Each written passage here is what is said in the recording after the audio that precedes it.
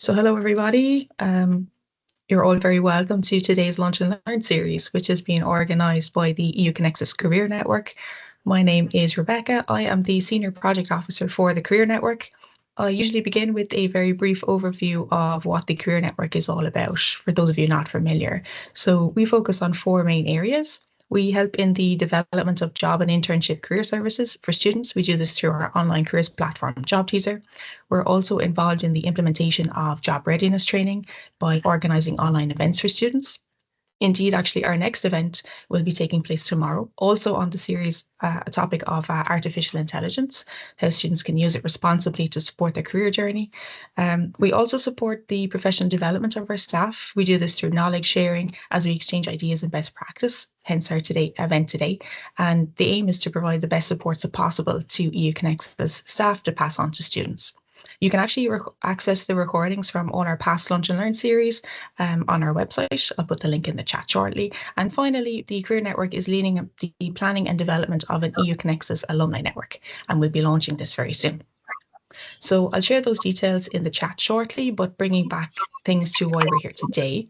In today's session, we will explore why AI literacy is becoming essential in higher education, not just for shaping institutional policies, but also for empowering educators and students. I'm going to get you just mute your microphone there again, Nikita, sorry. Thank you. Just there's a little bit of an echo on the other side. So so in today's session, we're going to explore AI literacy. Oh, sorry, Nikita, could you? Yeah, super. We're very happy to be joined by Nikita Guardian. You can hear in the background there. He's a senior librarian at the University of Zadar Research Library. So just to note that today's event will be recorded. The recording will be shared afterwards, as well as a copy of the presentation slides. If you have any questions, please submit them in the chat function.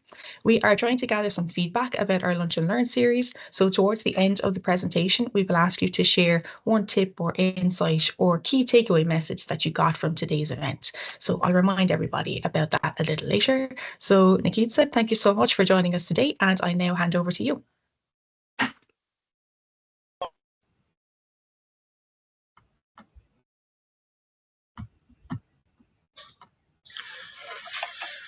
Ladies and gentlemen, dear attendees, good day. First of all, I would like to use this opportunity to thank you for choosing to join this event and for attending this lecture. Also, I would like to use this opportunity to thank to Ms. Power and Marko Galic from University of Zadar for organizing this Lunch and Learn event and for inviting me to share my experiences with you. My name is Nikita Guardian, as Rebecca said, and I work as librarian at University of Zadar Research Library. Today, we will talk about AI literacy in higher education institutions. We will say something about policies, competencies in AI literacy, university stances on this subject, and many other, I hope, interesting things. Now, before we start with our discussion, I would like just to make a few pointers how our discussion will look. In the first place, we will try to put up a very, very brief introduction just in order to put some scale or time frame into our subject so that we can gain better understanding about the events that took place in the last couple of years and to maybe have a better insight on what's happening now and what will maybe happen in the future. So let us start, and I hope that we will have an interesting session that will be fruitful and maybe ignite the spark of thinking and pondering about this subject within your own faculties, universities, courses, working units, etc. So when we talk about artificial intelligence, the main question is, are we speaking about something new? The short answer would be no. Artificial intelligence or AI, or as we put it sometimes, science of making intelligence machines, has been around from mid-50s. Now, for 7.5 decades, AI has experienced its winters and springs, or as some authors refer to, its downfalls and uprises. To put it shortly, this expression, winter and springs, is here to describe ups and downs of the artificial intelligence. Now, if we concur that this phenomena is not something new, that AI existed before, that we have witnessed AI in some kind of shape and form during maybe our typing WhatsApp messages and in autocorrect functions, or while speaking, while talking on our cell phones, or while using some applications while driving cars, like navigation and etc. The question is, what has happened in the last few years that has brought AI to the spotlight of the whole world? The answer is that there was two critical developments regarding AI that allowed this stellar development of generative AI tools. First development is the growth of computational power. Exponential growth of computational power has enabled to develop large language models and advancements in natural language processing that led to the possibility of creating generative pre-trained transformers. Generative pre-trained transformers can be fine-tuned, and they can be guided by prompts. Guiding by prompts is the procedure that we are doing while, in colloquially put, talk with ChatGPT or some other tool. Now, when we are speaking about AI, we speak, in most cases, we speak about generative AI. In order to explain uprise and popularity of generative AI, it is important to know a couple of facts. First, we sometimes tend to use ChatGPT as a synonym for generative AI. ChatGPT as a tool has been launched in November 2022, and it's the most popular web application of all time. It reached 100 million users within 2 months. Of course, as ChatGPT has developed that kind of popularity, there are also other Gen AI models that are developed in the meantime, like Gemini, Copilot, DeepSeek, Grok, and etc. When we speak about generative AI chatbots, of course, one of the main issues that we need to point out is the fact that generative AI chatbots market has become very important when we are speaking about economical points of view. For example, by the end of 2025, total investments, according to Goldman Sachs, in AI industry will surpass $250 billion. Now, as we mentioned before, we do have AI or some form of generative AI for decades. We did have autocorrect, we did have other forms of AI, but we didn't have generative AI in a sense that we have it now. So the question that posed us is the following: what are the reasons of popularity of generative AI? Reasons are, there's a lot of reasons, but I have pointed out some of the following. First of all, Gen AI is providing us with real-time responses. It mimics human communication, so we do have a certain feeling that we are speaking with another human being. It puts out relatively plausible answers, which I would like you to remember this sentence: relatively plausible answers. It is always at our disposal. It's never. It doesn't have a time off. It's not on vacation. It's not sick. So 24/7, 365 days a year, AI tools are at our disposal, and it covers all areas of information. All areas of information. So it means in a way that Gen I is a bit of jack of all trades. So we can, to put it that way, speak to AI about what we are going to cook for lunch today, and we can talk with AI on some aspects of quantum physics, and we will have, and it will generate relatively plausible answers. Now, as all of you know by now, AI really has taken the world by storm. It has affected all areas of human activity, from education to medicine, to all areas of industry. For example, in work process optimization, in medicine, in every other aspect. In that regard, recognition of importance is also widespread use of AI is also legislatively recognized. Main legislation act on AI in European Union is European Union AI Act, and at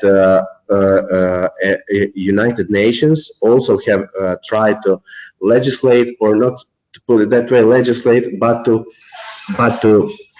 provide some insight on AI, and to put it to draw critical connections between AI and United Nations Sustainable Development Goals.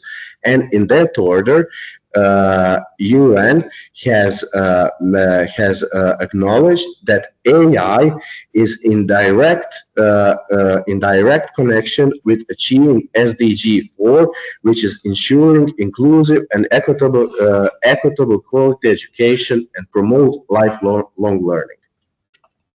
Now, as we're speaking about AI and its stellar development, and the fact that every part of human activity and every part of society is influenced by AI, it is important to know, and the main reason of our meeting today is to say something about AI in higher education, or in our case, in university context. First question that academics are asking themselves, and some of them are trying to find answers by conducting scientific research, is the question: is the AI hype over?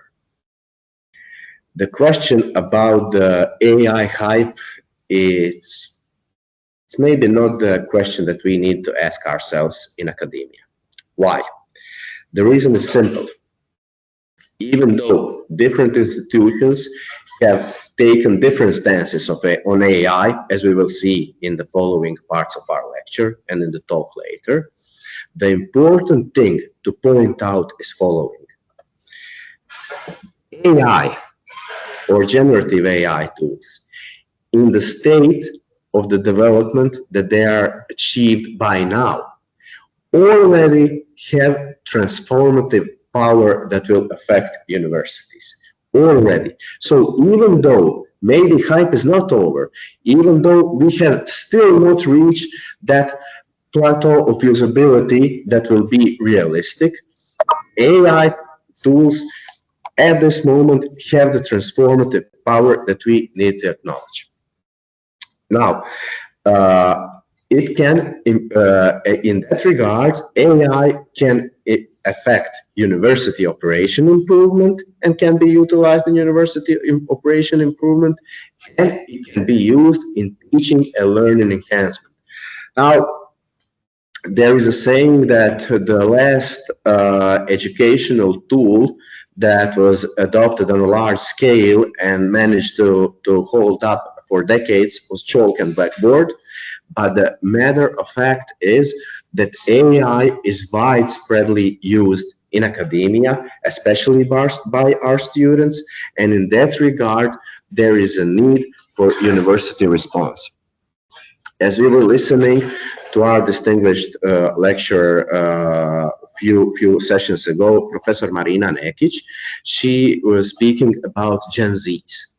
And she pointed out that millennials were digitally born and Gen Zs are digitally innate.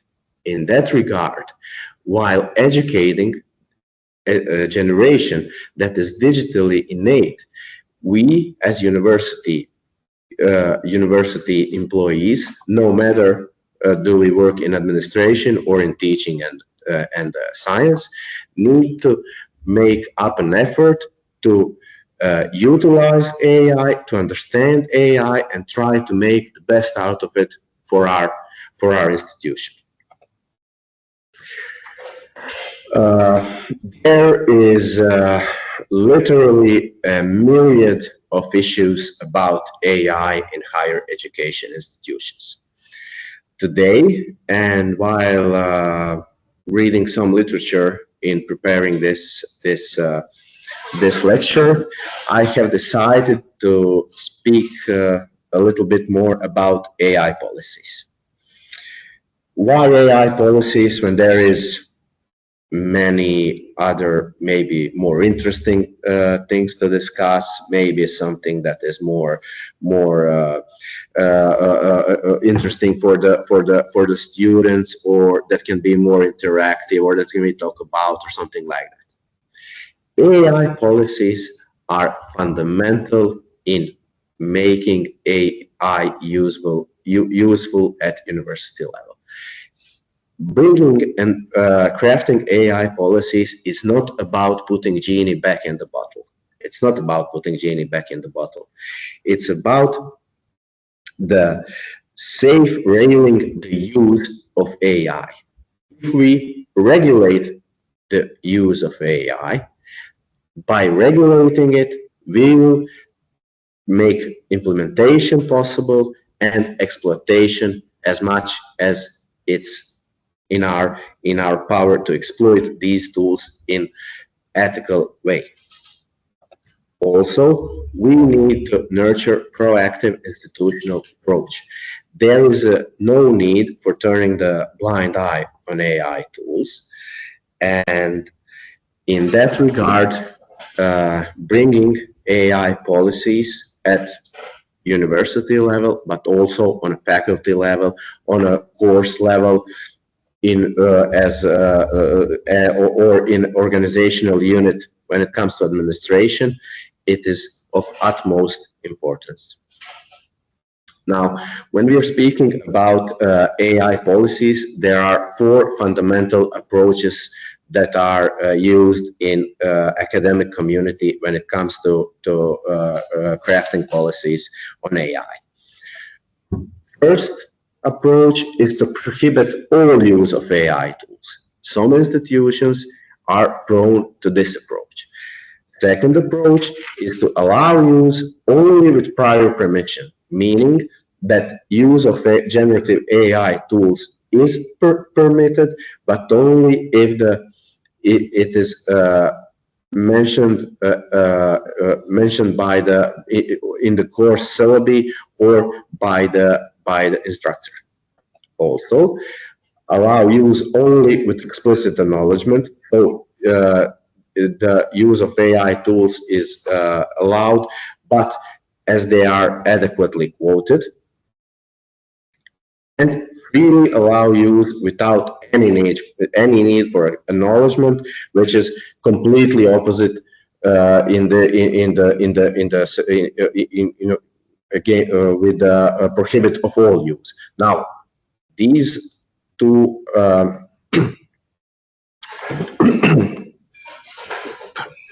when it comes to crafting policies, we should bear in mind following.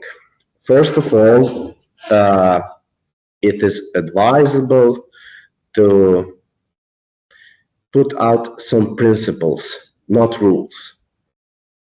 Second, for a working group, various profiles of experts within university, within faculty, or for example, if we are trying to make a policy for our course, maybe to ask other lecturers who are lecturing who are lecturers of similar courses, discuss current state. There is a growing body of literature on AI policies and AI literacy. Take advantage from it, learn from it. Very important, beware of digital divide. Students, employees, university members don't have the same possibilities in utilizing AI tools. If our university or faculty is not subscribed to a certain version, maybe a premium version of some tools, it is advisable to propose the use of free versions of tools. Because of the freemium concept, there could be problems with digital divide, because some students or some faculties will not be able to pay subscription and others will, and those who are not able to pay subscription will be set back in against those who have the subscription. Also, at academia, we tend to sometimes mystify some rules. It is advisable to keep rules simple, not to keep them simple in order to make them look short or in a sense bizarre or something like that, but keep them simple in order to make basic principles simple and afterwards build on those principles. Also, we should bear in mind, while crafting policies, to maximize benefits that we can have from AI tools and minimize possible risks. Also, it is important to always bear in mind that prevention is always better than remedial response. It is important to do our best to prevent some behavior that may occur as unethical or something similar. Prevention, not curation. It's always better to prevent than to take policing measures afterwards. Now, although the recommendations in almost every university is that all teachers and department section leaders, etc., have the discretion to craft their own policies.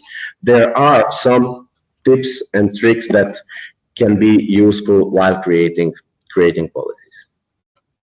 First, you should make sure to do your homework. When I say do your homework, it should be everybody should read existing scientific literature on the subject, read and study policies that are already instilled by some other university. Bear in mind that different universities have different stances. Of course, if we are speaking about course policy, we need to align it with the policy of our faculty, of our university, so that we don't don't break our own, to put it that way, rules in order to trying to instill something else, and really try to collect first knowledge about the works of others, so that we can make our own policies even better. Now, very, very important matter is to talk to our students or to our peers. A few days ago, I was talking with my friend, and she told me something that is very, very interesting. We were speaking about something, and she said to me, children are not passive objects of care. Students also are not passive objects of our learning. We need to talk to our students, take into account their opinions, especially, as we said, that they are digitally innate. They maybe know about some leverages of AI tools that we don't know about. So it is of utmost importance to talk with our students, to talk with our peers, to talk with our colleagues, and when talking, when brainstorming, try to come up with best solution. Also, we need to provide reasoning for our decision. If we have decided, for example, that we will ban use of all AI tools, we cannot just ban it and stay that way and let it go that way. It is advisable to provide reasoning for our decision, to ground that reasoning in our syllabi courses, to ground that reasoning in the need to development, in the critical thinking skills development, etc. If we decide that we will allow use of AI tools to the certain extent, it is very, very important to define acceptable use. We need to define how we will use AI tools. Shall we allow our students to generate content with it, or we will allow them to use it in proofreading? It's a pretty big difference. We need to define acceptable use and stick to those definitions or to those rules. Also, it is important to provide other sources to our students. Maybe to point out some other sources of rules, or other source, or to point out some other policies, or to provide them maybe with some literature, not just about our course, but on, for example, AI literacy or something else, just to get them acquainted with the recent developments, and try to be creative in a way that we include our students as much as we can, and in that way provide them with adequate knowledge, not only about the course that we are teaching, but on the recent developments in the field of AI. Of course, for instructors, it's very important to follow up. Now, when I say follow up, I mean that we need to constantly be up to speed with new literature, to be up to speed with our colleagues who are maybe trying to instill some other policies or some other approaches when it comes to AI, especially bearing in mind that AI is constantly developing, and that it's not possible to make one policy or to instill one way of using AI and leave it that way. No, AI is a field of constant development, and if we want to be up to speed, we need to follow that development and develop alongside it. Now, what is important to bear in mind that one size does not fit all. AI is constantly changing, and we are trying to keep up the speed, as I said before. But while trying to keep up the speed, we always need to bear in mind nature of our discipline, of nature of our course. we cannot use same rules or same policies, for example, for academic writing course, for some course in anthropology, or some course in medicine. So then there is the need to tailor AI policies in a sense that they reflect the nature of course that we are teaching. Also, there is a need, and we will speak about that a little bit later. When I say one size does not fit all, there is a need to craft different AI policies in regard of the department that we work in. Because in the human resources department and accounting department, AI policy should not be the same. Also, we need to adapt our learning outcomes. We cannot rely on the learning outcomes that were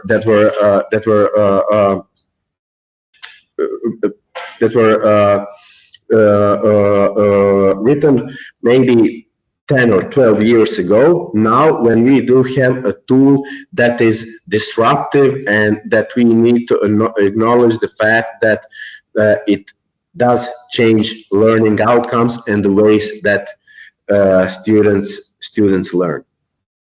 Of course, as we said before, we need to review and adjust our policies and bear in mind that the field of AI is constantly changing, and in that regard, we also need to change our policies and review them and adjust. Now, it is important to point out that being prudent is not the same thing as being afraid. Meaning that if we at first take the stance that we will, for example, ban use of AI in general in our course, it doesn't mean that we are afraid.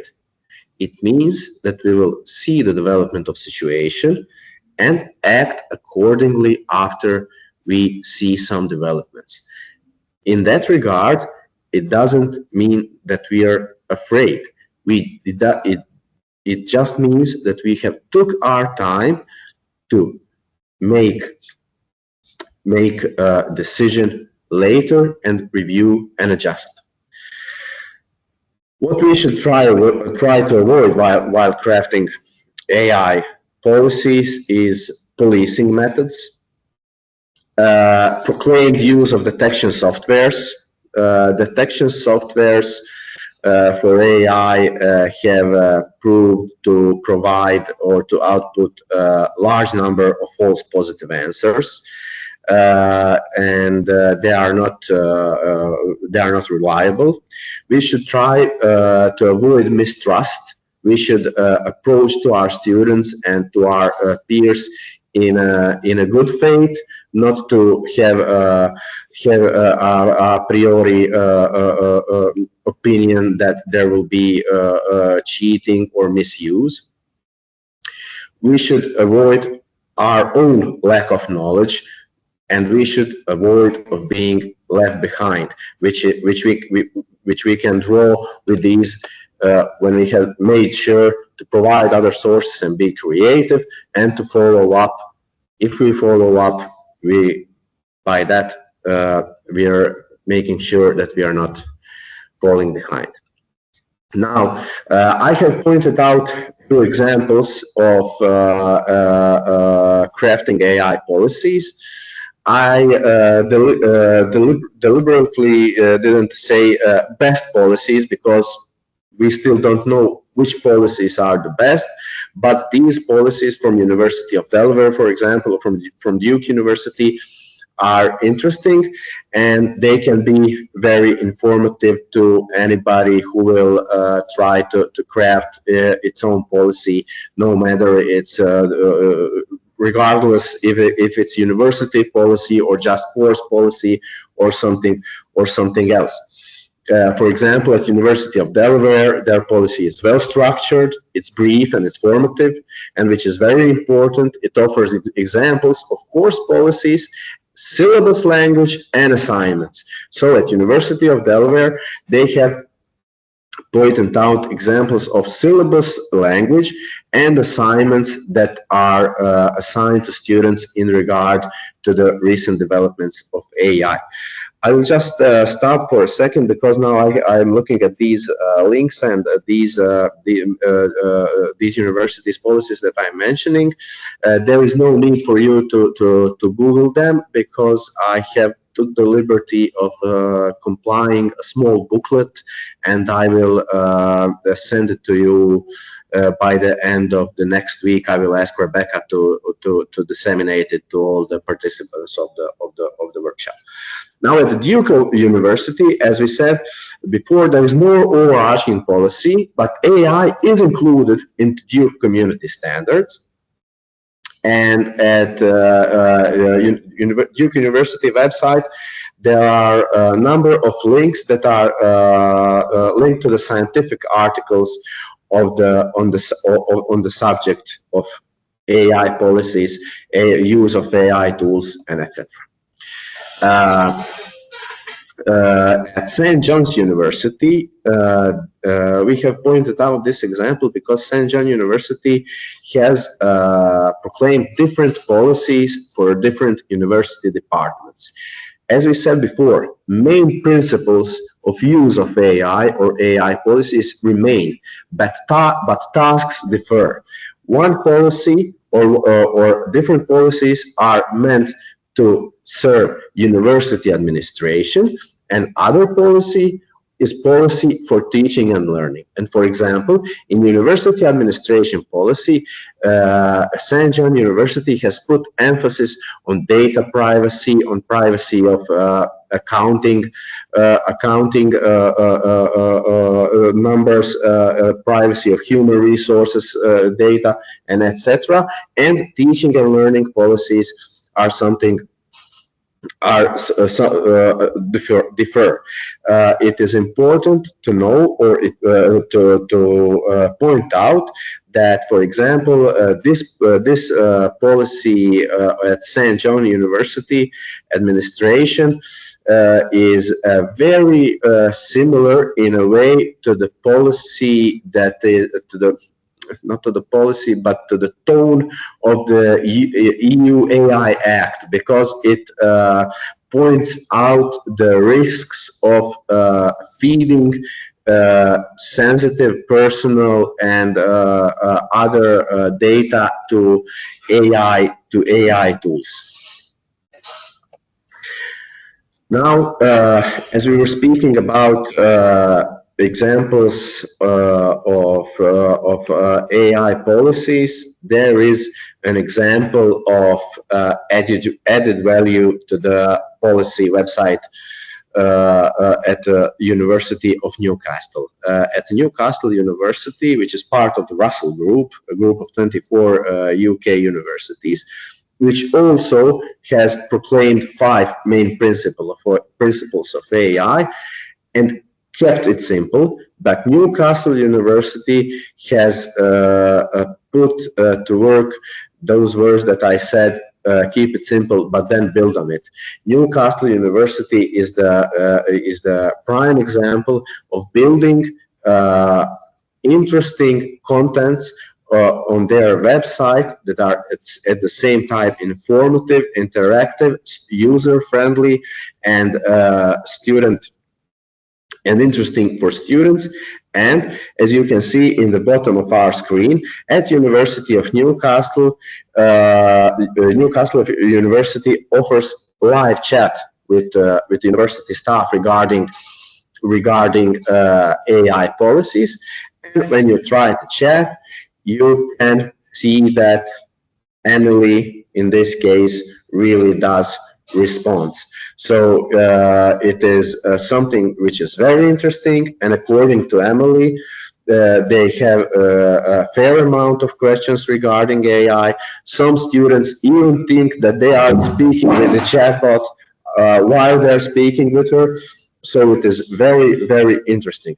The point of adding value to the part of our university or faculty, of course, or course website regarding our AI policy is in the fact that we need to do our best to keep our student on our website, to find information that is required at one place, and when it comes to studying, when it comes to teaching, to make our university or faculty website a reference point for our students, where as a point where they will find data that they need, so they don't need to wander around the internet trying to find some data.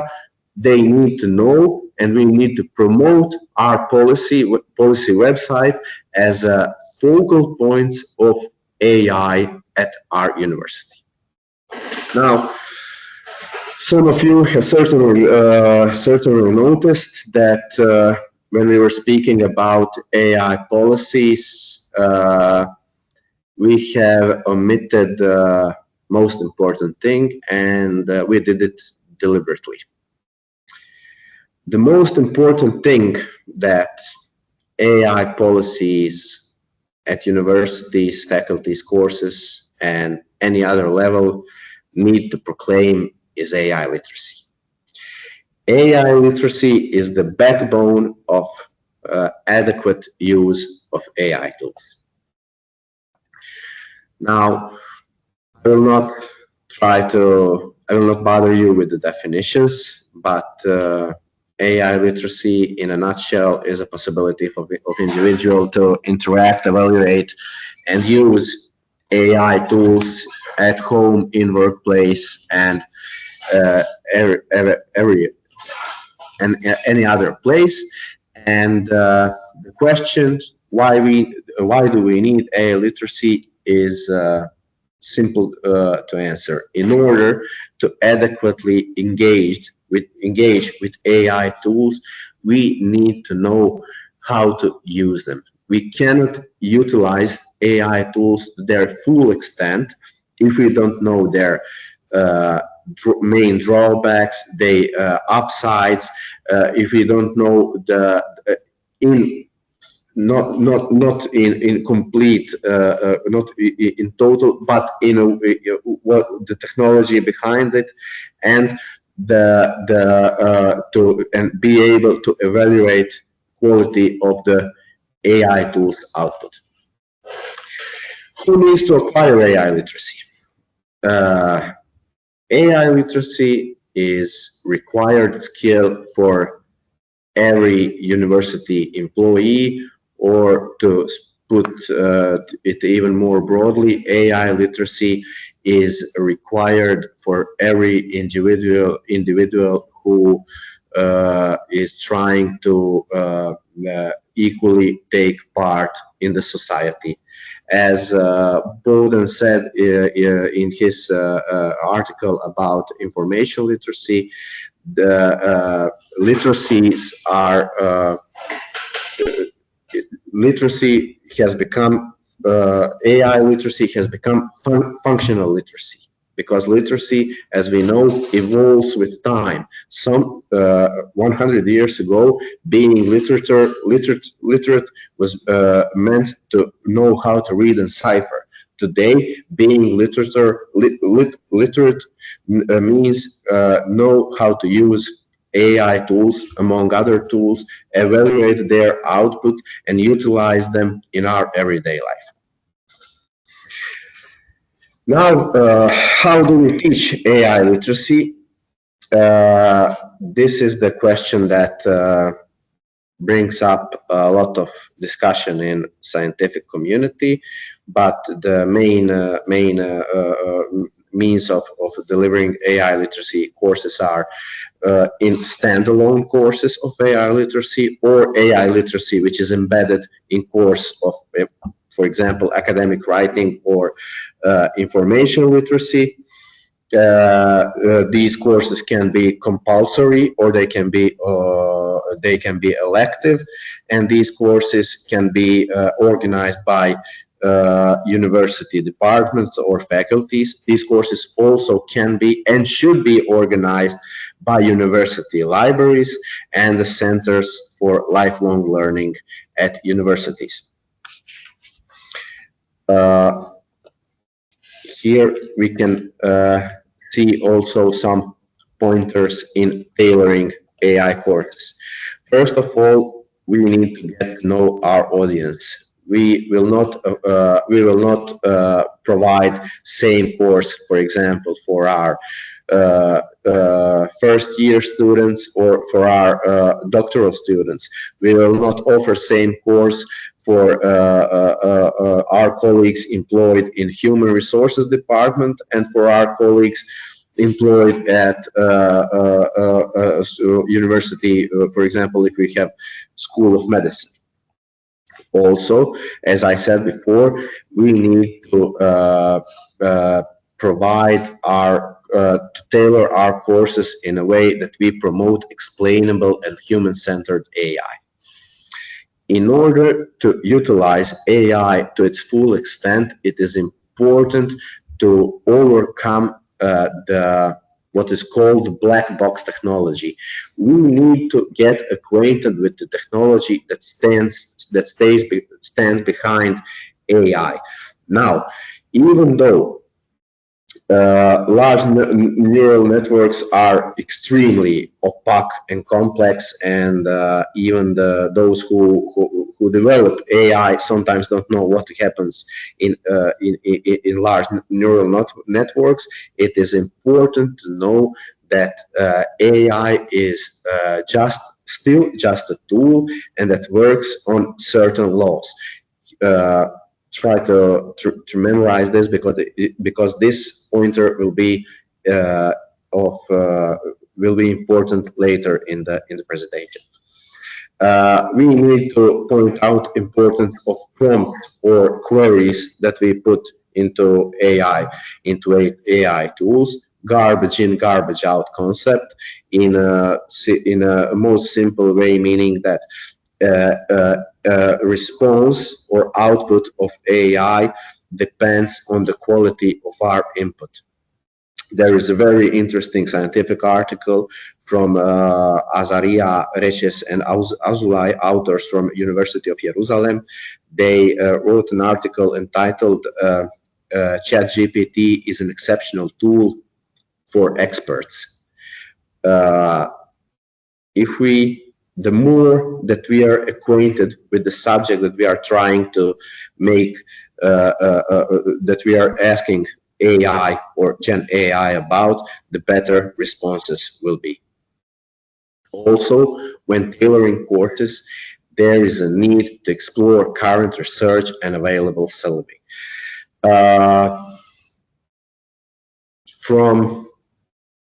From yesterday, there is 1,800 scientific articles in Scopus and Web of Science after duplicates removal when you type keywords AI literacy and universities.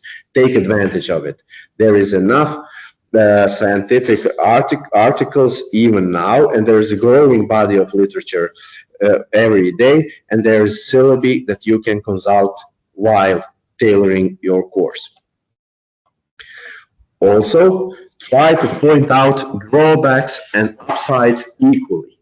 Keep a realistic position, but point out drawbacks and upsides equally. Drawbacks like hallucination or output of wrong answers, which is still a major issue with AI. Fake references, quality of data. Data is not checked for relevance. As we all know, AI tools are mostly trained of data harvested from the internet. That data is not cross-checked for references. As we also, especially librarians, know, AI tools don't have access to scientific databases and library catalogs, which is enough to make every decent librarian to break out in hives. So there is a problem with the data cutoff. AI is trained to the until the certain date, and then there is no data afterwards. As we said before, we need to make sure that we ensure equal access, because because AI tools are based on freemium concept, and the versions that are not premium are sometimes deliberately dumbed down by the AI companies in order to make the revenue bigger by buying subscription. And which is also very important, AI is discriminatory towards small languages. This comes out from the fact that when we are speaking about small languages, for example, when we're speaking about a member of our alliance, Croatian or Lithuanian, there is no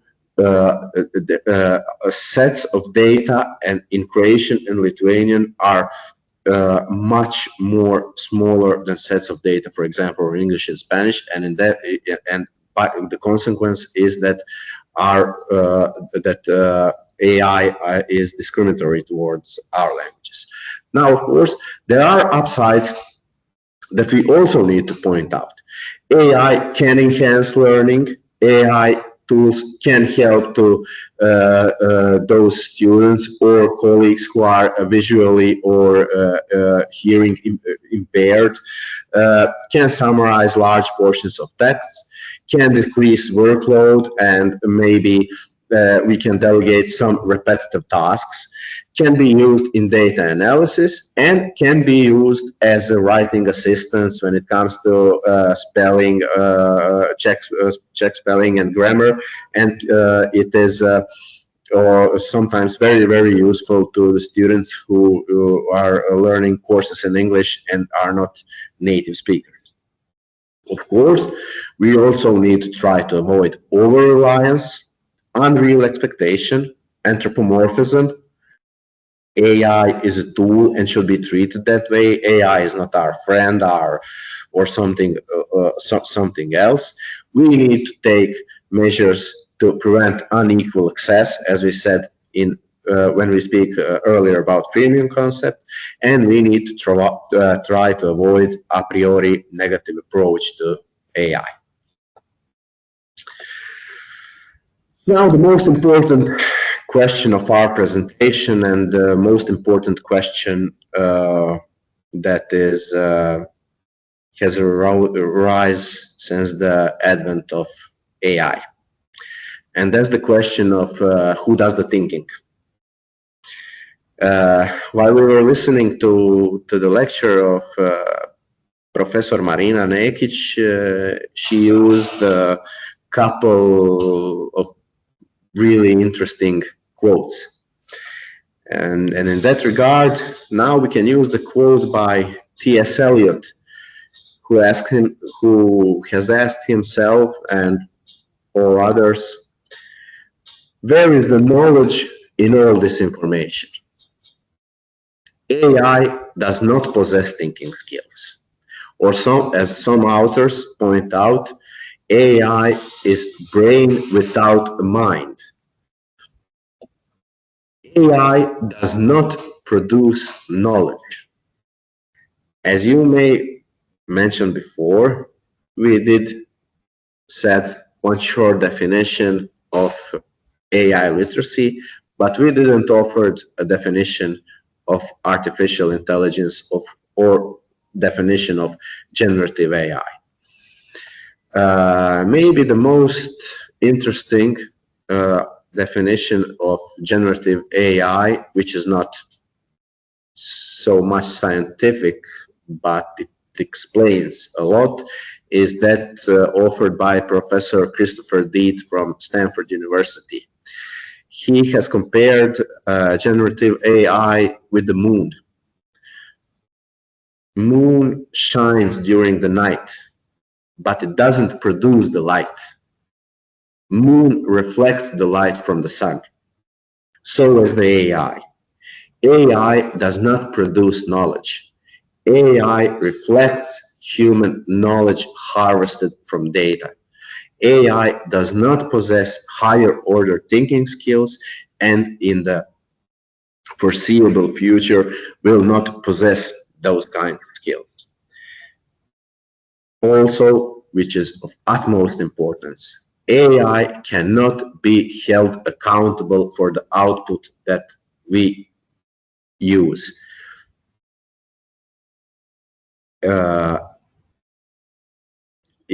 Accountability is always within the user.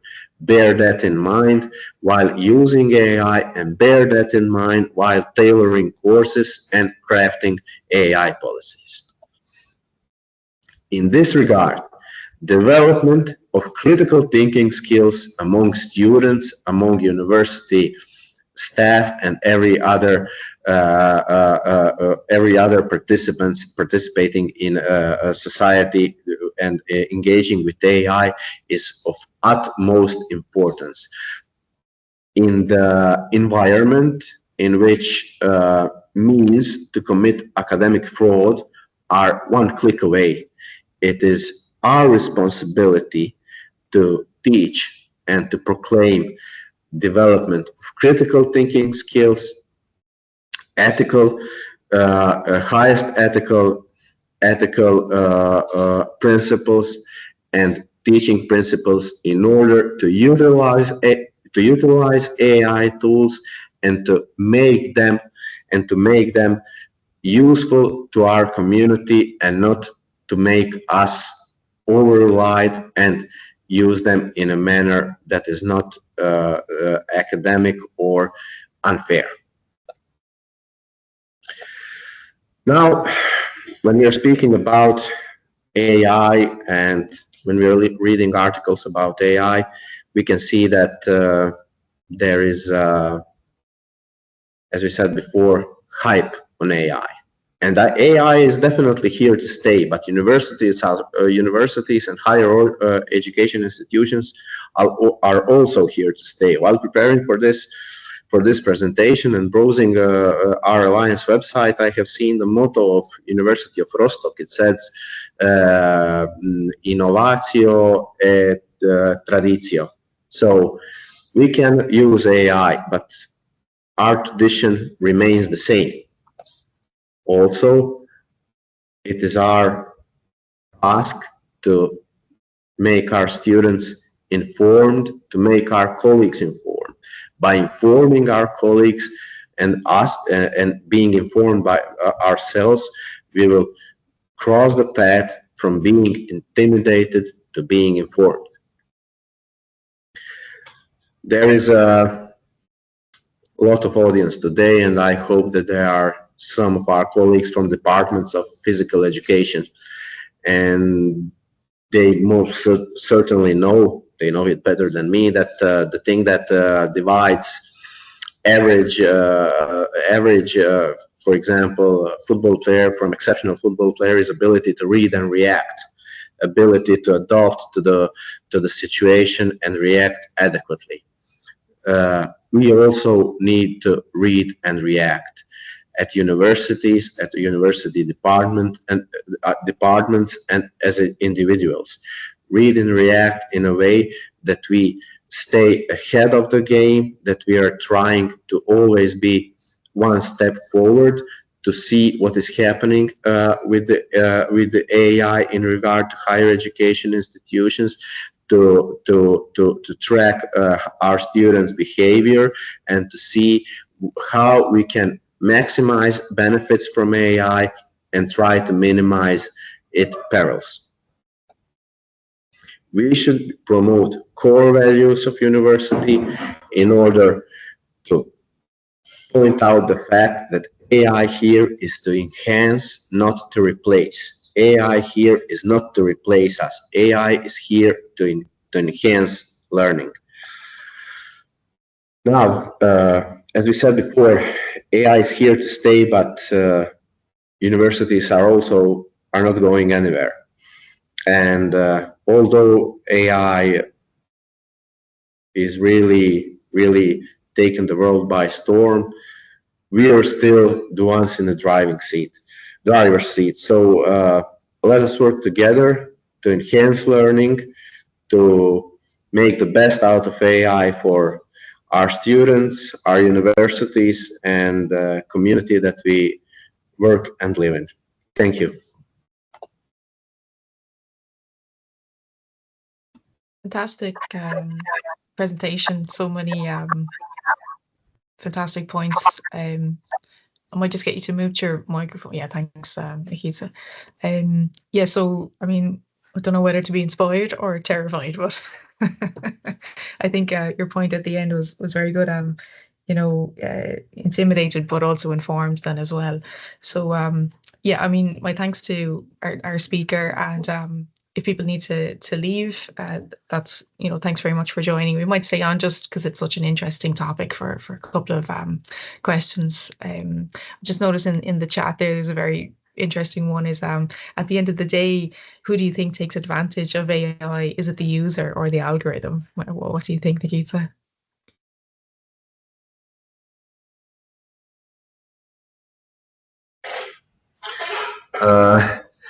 As we were using football analogies, I think that the result is still draw, but we have the ball in our field.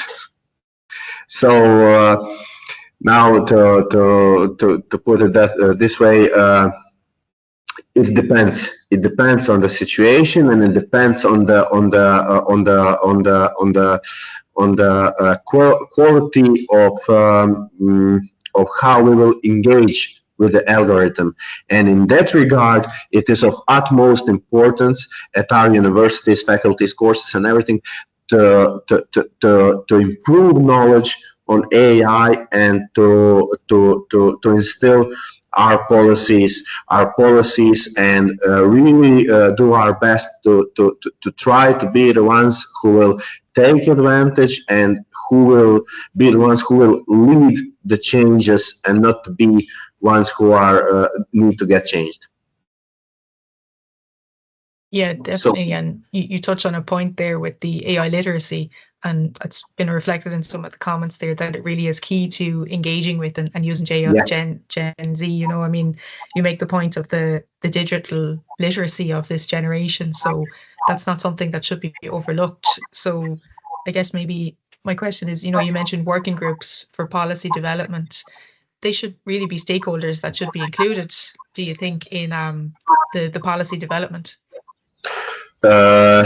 Students should be engaged in working groups, most definitely.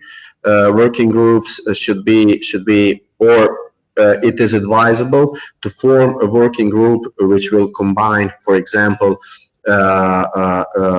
representatives of students, representative of legal department, university staff, and students must have their saying in developing AI policies, because AI is also, among other things, disruptive in a way that we tend to find ourselves in a situation that students know about certain things more than we do. So there is a room for really for an improvement at every aspect of this matter, and I'm hoping that this session maybe will ignite the spark to end in an open discussion that maybe some departments or universities will try to instill AI policies. Absolutely. I mean, I think you have initiated a spark. So there's a question in the chat if anyone wants to respond. Can anyone suggest a good model for AI tools in education? Maybe as a senior research librarian, Nikita, you might have suggestions afterwards that you could pop in the chat, or even if some spring to mind. I can during the chat, but everybody, I have a message for all participants. You're free to get in touch with me. You have the QR code, and my email address, and feel free to contact me, and I will be very, very happy to cooperate, and I'm looking forward to cooperation with other CONEXUS colleagues, and I will do my best to answer all of your emails, questions, and if you need anything, I will be at your disposal. Thank you so much for that offer. It's very much appreciated. Yeah. I just have one final question, just out of curiosity. Yeah. You seem very knowledgeable, and Zadar seem very lucky to have you as an employee at the university. I was wondering, do they have a policy there about AI, or something that you're working on? To the best of my knowledge, but I'm not. Maybe I'm not acquainted enough. I think Zadar does not have. University of Zadar does not have the policy, but I think that that will also change. So yeah, I think the AI literacy might actually be the first step, that you're trying to design principles by actually educating the students how to use it properly. Yes. And then that might organically grow into some sort of policy or guidelines that may develop as part of the university. It would be not for University of Zadar, but for any university, it would be advisable to draw a